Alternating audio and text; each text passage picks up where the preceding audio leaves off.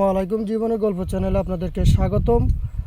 প্রতিটি মানুষের জীবনে গল্প থাকে, তারা ধারাবাহিকতায় আজকে আমাদের ক্যামেরার সামনে খুব অসহায় একটা আপু আসছেন। আপনারা ভিডিওটি স্কিপ করবেন না, পুরো ভিডিওটি দেখার চেষ্টা করবেন। সরাসরি আপুর কাছে চলে যাচ্ছি। আপু আসসালামু আলাইকুম। ওয়ালাইকুম আসসালাম। আপু আপনার নাম কি? আমার নাম রিয়ামণি। রিয়ামণি। আপনার ডিস্ট্রিক্ট কোথায়? আমার ডিস্ট্রিক্ট হচ্ছে নাটোর বনপাড়া। নাটোর বনপাড়া। জি। আপনার পরিবারে কে কে আছে? আমার পরিবারে আমার এক নানি আছে আর কি। নানি আছে, আর কেউ নেই? মানে মা মানে বাবা নাই? বাবা হচ্ছে আরেকটা বিয়ে করছে আর মা ছোটবেলায় মারা গেছে। ছোটবেলায় মারা গেছে। মানুষ হয়েছে। এখন বর্তমানে কেউ নেই।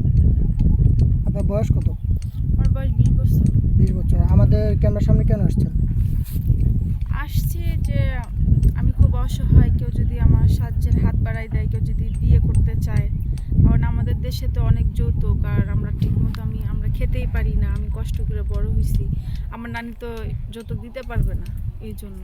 যৌতুক দিতে পারবে না, এই জন্য এখানে আসছেন। যদি কেউ যৌতুক ছাড়া বিয়ে বসে, আপনি বিয়ে করবেন। জি। সেক্ষেত্রে আপনার বয়স হচ্ছে কয় বছর বললেন? 23 বছর। না, 20 বছর। 20 বছর। আচ্ছা, আপনার বয়স 20 বছর। এখন আপনি কত বয়সের মনে করেন যে কি মানুষ চাচ্ছেন?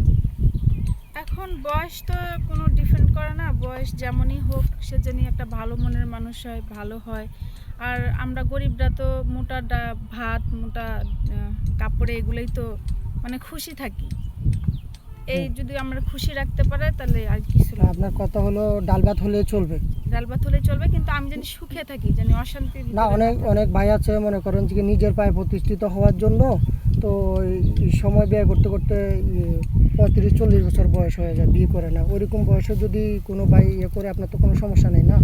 না, কোনো সমস্যা নেই। সে যদি আমার ভালো রাখতে পারে তাহলে